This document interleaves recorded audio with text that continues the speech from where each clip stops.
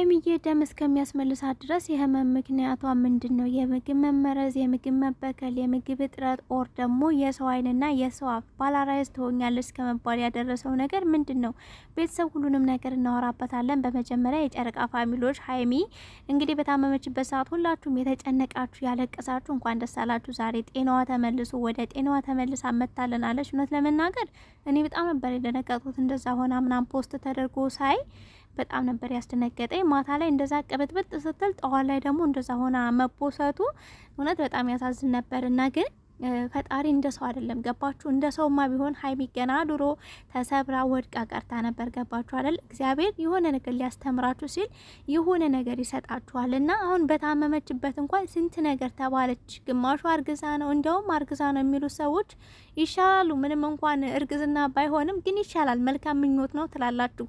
ግን የሰው ልጅ አይታመምም ያለው ማን ነው? ፊልም ሊሰሩ ነው፣ ድራማ ሊጀምሩ ነው። ሀይሚ ታማ ሳይሆን ሆስፒታል የገባችሁ ፊልም ሊጀምሩ ስለሆነ ድራማ ሊሰሩ ስለሆነ በጣም ብዙ ነገር ነው የተባለው። እና ሀይሚም ሰው ናት፣ እንደ ሰው ትታመማለች፣ እንደ ሰው ሆስፒታል ትሄዳለች። ደግሞ ያው ፈጣሪ አትመሜ ሳይሆን ልክ ብሩኬም እንደተናገረው ማሬ ነው የሚባለው። ገባችሁ አይደለ? ማንም ሰው ባለበት የሚቆይ ነገር የለም። ዛሬ እንደዚህ እያወራሁ እኔ ነገ ላይ ምን እንደሚፈጠር አላቅም። ገባችሁ አይደለ?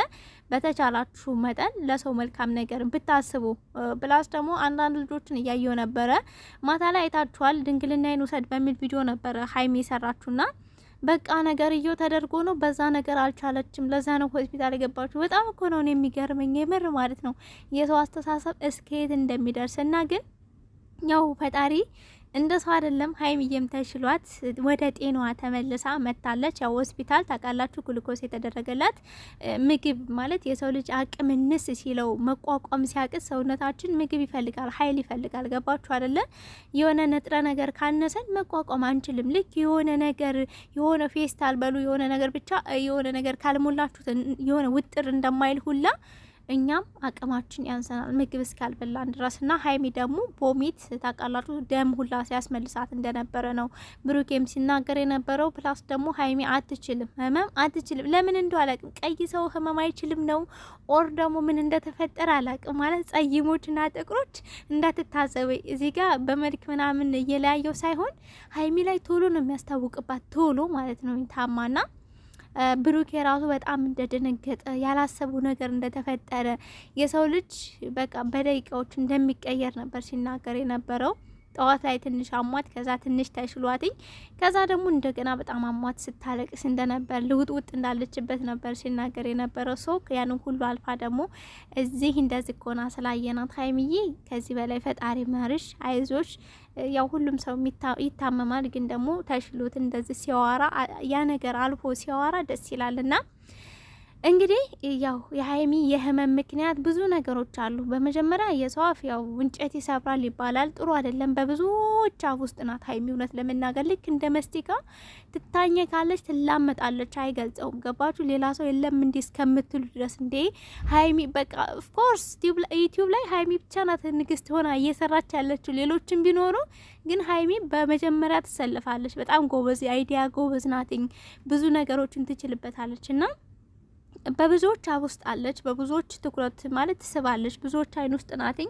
ፕላስ ደግሞ ብሩኬ እንደተናገረው በርገር ከውጭ ምግብ ይዞላት እንደመጣና ሜቢ በዛ ምክንያት ይሆናል ብሎ እንዳሰበ ነው ሲናገር የነበረው። ኦፍኮርስ የውጭ ምግብ አንዳንድ ጊዜ ይበከላል። ገባችሁ አይደለ?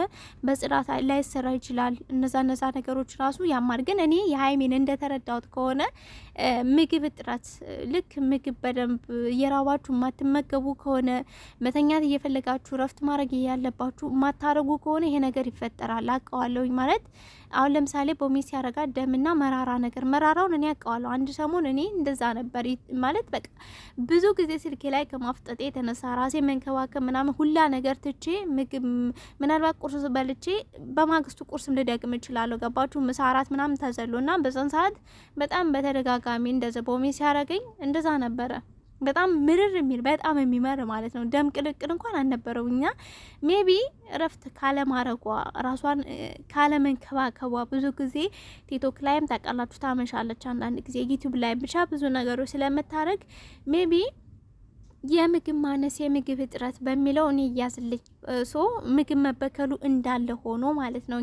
ሌላ ደግሞ አንዳንድ ሰዎች አላችሁ ተጠንቀቂያት፣ ሜቢ እሷ የሆነ ነገር መርዛች ምናምን ሊሆን፣ በነፋስ አትመርዛትም። አንዳንድ ጊዜ በሰው አሚሮ ውስጥ የሚታሰብና የማይታሰብ ነገር ግን ለይተን ማወቅ አለብን። ገባችሁ አይደለ?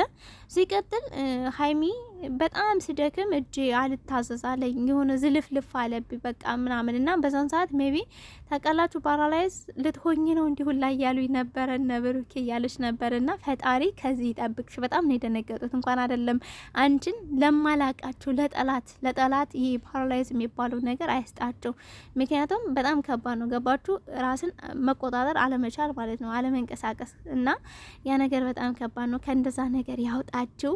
ከዛ ሲቀጥል በጣም እየቀለዱ ፈን እያደረጉ ነበረ። ፈን ያደረጉበት ምክንያት ደግሞ ያው ሀይሚ ከዚህ በኋላ ቅባት ነገር አትጠቀምም። ጨጓራውን ያማታል ማለት ነው። የጨጓራ ምንድነው መላጥ ነው መድማትን የሚፈጥረው። ያ ደግሞ ከመጀመሪያ ምግብ ካለ መብላት ነው። ገባችሁ? እየራባችሁ ማትበሉ ከሆነ ራሳችሁ ማትንከባከቡ ከሆነ በዚሁ ትምህርት ሰዱ። እዛ ቦታ ያልደረሳችሁ ሰዎች፣ ጨጓራ የሌለባችሁ ሰዎች፣ እኔ እንኳን አለብኝ ስለማቀው ነውና ምግብሽን በደንብ ተንከባከቢ፣ በደንብ ቢ እና ማለት የፈለኩት ምንድነው ቢቂ እድሜሽ እያላት ነበር። እድሜሽ ሄዷል።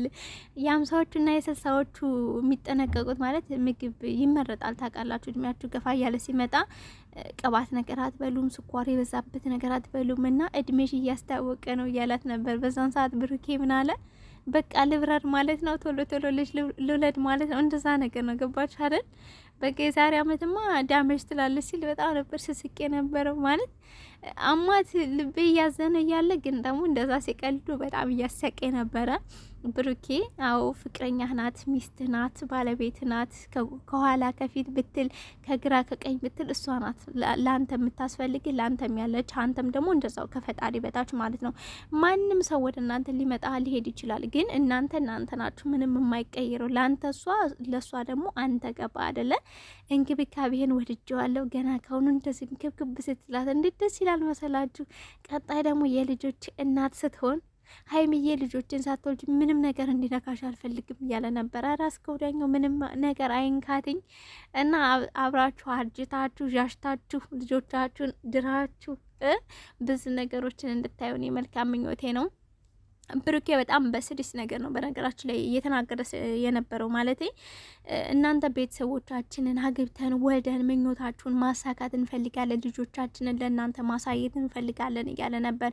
የሆነ ሲያማችሁ ብዙ ነገሮች ላይ ነው ትኩረት የምታደርጉት አላለን። ልጅነታችሁ ሁላ ይቀርና ወደ ቁም ነገር ላይ ነው የምትመጡት። አንደኛ። ሁለተኛ ነገር ደግሞ ልክ ጤናችሁ የተወሰነ ነገር ሲነካ ይሄ ብር ነገር ንብረት ነገር ሁሉንም ነገር ነው ይቅርና ጤናዬን የምትሉትኝና በዛ መካከል ፈጣሪያችሁን አመስግኑ። ሙስሊም ሁኑ፣ ክርስቲያን ሁኑ፣ የሌላ እምነት ተከታይ ሁኑ፣ ሁላችሁም በቃ ባለን ነገር በቃ ፈጣሪ ጤናችን ስለሰጠን ሙሉ አካል ስላለን ብቻ በቂና በቂ ነው።